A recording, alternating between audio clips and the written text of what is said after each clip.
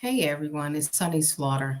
And I just got off my segment with Court TV and Judge Ashley Wilcox. And I wanted to say really quick about the two cases that we discussed um, on live today. The Rex Huberman case. Rex Huberman is an alleged serial killer.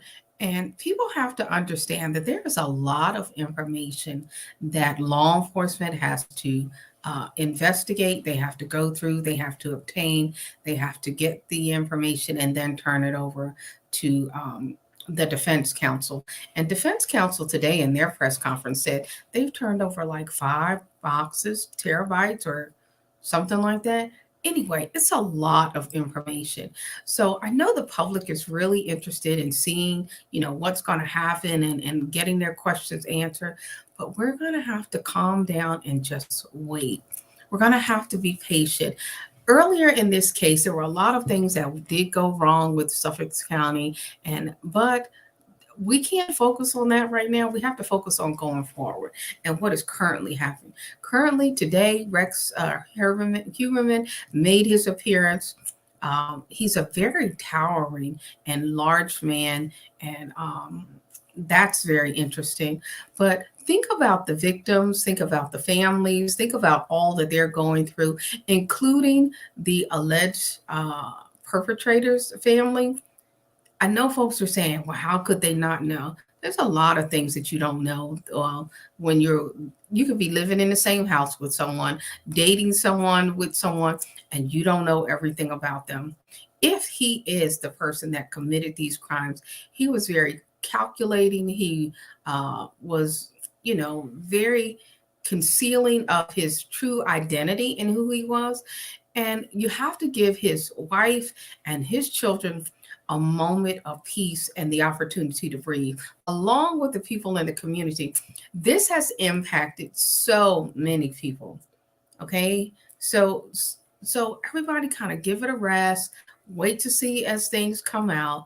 If something is not right, you can guarantee that the defense counsel is going to be on it. You can ensure that this particular district attorney is going to do everything that he needs to do to make sure this is a buttoned up, tight case. There's a lot of evidence, according to the DA, that has been gathered in this case that indicates that Rex Huberman is the alleged serial killer. Remember, alleged. He has not been convicted. He's only been charged. And there are other potential victims in this case. Um, the other thing that I want to say is that the victims who have been currently identified in this case, please don't seek them out. Please allow them the opportunity to deal with their emotions and all that they are going through with their loved ones, and trying to reconcile that this person may be the individual that had something to do with their family member's death. It's a lot to take in. I know people think, you can just find out something and you can just go on. No, you can't. That's not how it works. It can take decades. Trust me. I know, personal experience. It's not easy. And when you have children and when you have other family members, you're trying to figure it out. You're trying to get your life together. You're trying to just understand and process all of the criminal justice processes.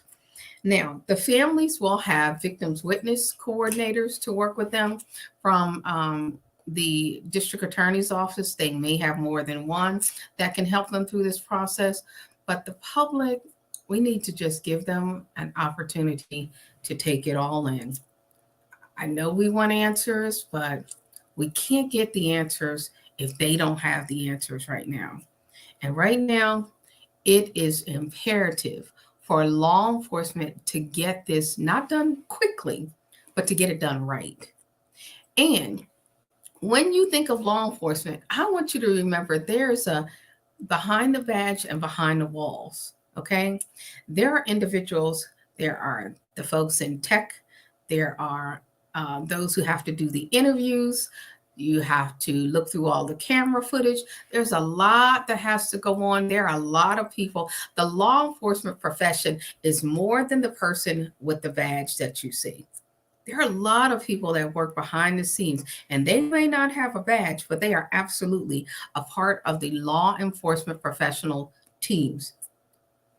And it's a lot. We never think about the psychological trauma that affects law enforcement professionals across the spectrum and across the board, behind the badge and behind the walls, that have to deal with all of this. We don't think about the correction officers and all that they're going through and having to go in to a location that is secure with lots of people who have been charged, convicted, and accused. That is a lot for people to deal with. So sometimes we have to kind of temper our expectations, not the results that we expect, but our expectations for constant flow of information. And sometimes we just have to wait. It is the criminal justice process is long, daunting, uh, but we always hope for justice. As it relates to Ethan Crumbley's case, this young man murdered 4 individuals. He was 15 years old at the time. And one of the things that I said on Court TV just a moment ago was that it took 3 days for the Miller hearing on the defense side. And the Miller hearings came about based on a case in Alabama. And what I said was the Equal Justice Initiative, Brian Stevenson of the Equal Justice Initiative, one of the things that he has said that I always kind of hold on to in some form or fashion is each of us is more than the worst thing that we have ever done. According to, let me make sure I got this right, Dr. Colin King, who was the expert witness for the defense, he was a psychologist. He was very good on the stand. Now, when they go back to court, the prosecution's defense expert witness is going to be on. But Dr. King had some very good points that he made today. I am not saying that, and he didn't say this, and none of us are saying because that Ethan is innocent, because he actually pled guilty, and there's plenty of videotape and witnesses. But there was something going on with this young man, and his parents did not do what they needed to do as parents. They did not come when the school called. Parents were having some real concerns about his behavior and things that he was looking at, things that he may have been drawing and saying, and they ignored those warnings, and they didn't show up, and he shot and murdered 4 young people. They'll never come back. They'll never have the life that their families expected. But the question with the Miller hearing is not about guilt or innocence, but it is about whether Ethan Crumbley should spend the rest of his life behind bars. So there's a lot to say. There's a lot to unpack, but take your time, crime gladiators. Oh, that's the new thing for my folks that follow me all on Twitter. Crime gladiators. Let me know what y'all think about that. The OPC, that's me. But these cases tend to be a lot. And I have the honor and privilege to work on them. But there's a lot going on here.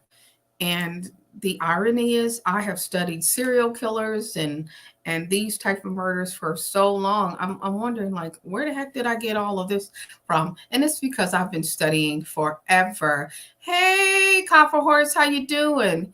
Yes, leave the families alone. I would appreciate it. Oh, I'm glad to see you guys too. Yeah, I took my glasses off though. But I just want everyone to know, some of you know my whole backstory and things that have happened in my lifetime. But the families of all of the victims, including the alleged serial killers, they need some grace, they need some peace, and they need all of us to be gentler and kinder to them, because they are processing this. And I know Heuermann's wife now estranged wife is getting a divorce, she has to protect herself. She has to protect her children. She has to protect her property. And that is a lot. I don't care whether they were getting along or whether they weren't getting along. Can you imagine someone knocking on your door, or you hear reports out of nowhere saying that the man that you were married to, that you have children with, is an alleged serial killer? And I know, and I know this personally, that people are looking and saying, how could she not know? I know all of you folks, I used to be one of those, how could you not know people, until it was me. Until you wake up next to someone that is a potential predator, you don't know what you'll do. Until it is you in that moment, until it is you in that situation. Yeah, we all think we know what we would do, but you don't. Trust me, you don't. So um, there's a lot going on. We have to temper our feelings. We are hopeful that the murderer, serial killer, of not just the 3 confirmed victims, but there are also other victims that haven't been yet. There's a 4th one I know that they're working on. Then there's a male victim and an infant. Based on the search history that of Heuermann, it may be someone, he may be attached to those crimes too. But also, this is going to be a multi-jurisdictional type investigation. Okay, there are other states, there are other victims that they're looking at, because he traveled. I think he was an architect. And so they need to look at everything. And people are going back through their cold cases. And we're looking at around 1996 to 2010, when there was some disruption in the police department, and where a lot of things absolutely went wrong. And even some of those law enforcement officers, folks, have been charged in whatever corruption cases that were going on at that time. But right now, we just need to focus on where we are right now, and what the DA and what law enforcement is doing right now. Unfortunately, we cannot go back. We hope that the victims can get the justice that they deserve, the justice that they desire, and the peace that they will need to move forward. In all of the cases that we cover every day on the television shows, Court TV, the Law and Crime Network, Crime Door TV, Scripps News, all of these cases, remember, involve human beings, people with feelings and lives, and real, just a lot of angst and things like that. So, I had not done one of these kind of lives before, and with a little less emotion. And y'all see, I took out my braids, right? So, thank you, Miss Lily Wise, Miss Lily C. It is important that we just stay focused on getting the correct information, educating ourselves and educating others about what the process looks like. And this is absolutely a process. So remember, the Miller hearings are necessary, and there is going to be another part of the Miller hearings regarding Ethan Crumbley. And it's not that he's going to get out of serving any jail time. He is absolutely going to prison. But this is the difference between life without parole and the potential to someday get out of prison. He is going to need a lot of mental health services. And then that's the other thing that we need to think about. We always want justice, but then we have to peel back the layers of what our systems currently look like.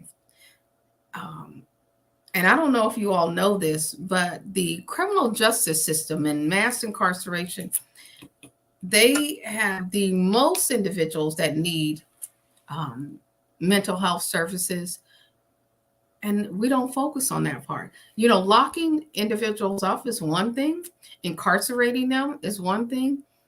But if they don't get the help, psychological help that they need, then, and if they're not in there for life, they come out. So returning citizens need the type of services that are really important.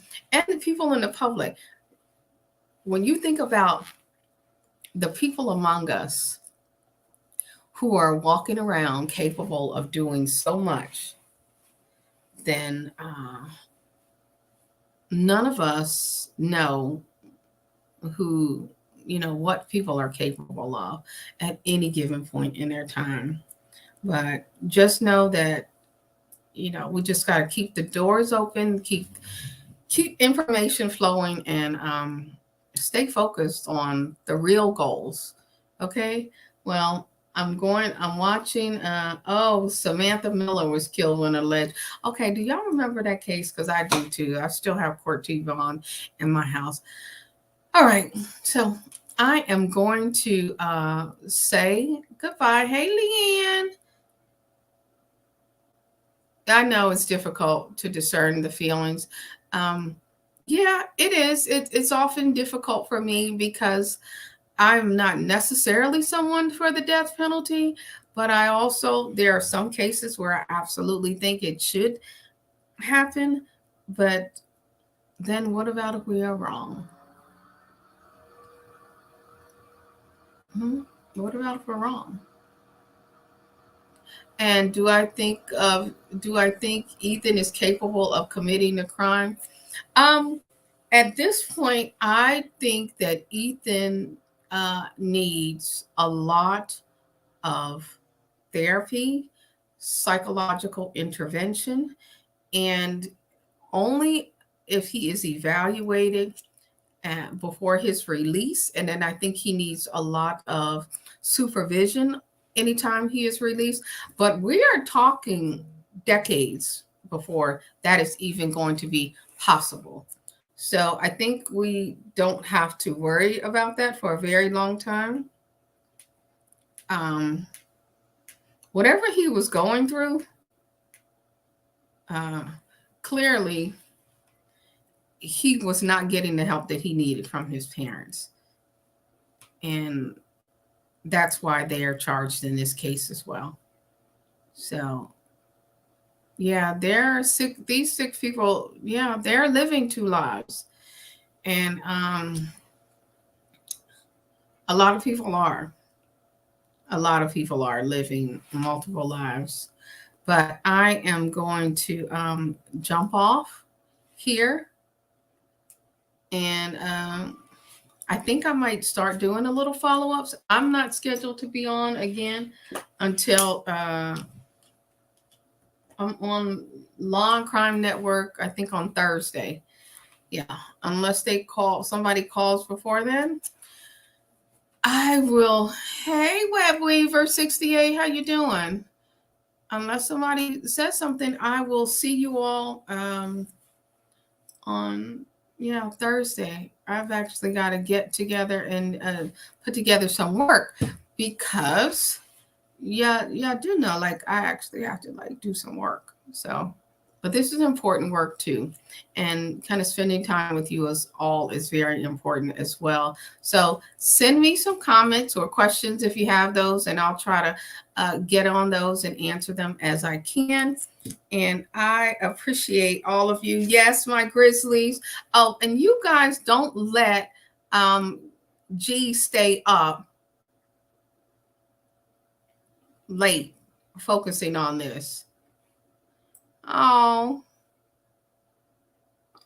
making more lives. Yes, I am going to do my very best to make more lives. So let me just say this. One of the reasons why I haven't been on as much is because I am working with a team of folks to rewrite the curriculum for law enforcement for a client. And the curriculum is going to go across the entire United States. And so we're in the stages of trying to get this stuff ready to go. And actually next week, I'll leave town for a couple of days to conduct a focus group with law enforcement at one of the police departments in Virginia. I have to go there to kind of do the focus group to see what kind of changes that we need to make. And then I have to do 2 more focus groups, and I need to kind of get those in before September. But I hope she doesn't see this, I actually have a deliverable due for my other client, because then I've got to go to Florida and teach at the end of the month. So I've got to make sure my presentation is prepared. So there's a lot of running around I'm doing between now and September, and then back out and on the move again in October and November. And hopefully December will be quiet. But that's why I haven't been able to jump on with G. And that's why you guys see me on the shows, but I haven't been too active. I try to keep up with everything, but it's a lot. And I do try to jump on the air when I can to talk about the cases, because those are really important to me too. But I do love you guys, and I appreciate everyone. Thank you for always supporting. I know you may not agree with all of my commentary, but that's in real life. So yes, thank you. I have to get rest. Otherwise, I'll be just like upset. Hey, sis. Thanks, Leanne. I appreciate you. I always have. Leanne is one of my sisters in Alabama, and she knows. Let me tell you, she took such good care of me once when I got really sick and in the hospital. Her and all the folks from Gardendale First Baptist Church, they were there for me and my children. And it's really important that we all take care of ourselves. And doing crime all the time, it's what I love, but it's also taxing for the spirit. So sometimes I have to take a little break and not do anything at all. But love you guys. Talk soon, and take care of yourself and be kind to one another. See you soon. Take care. Bye.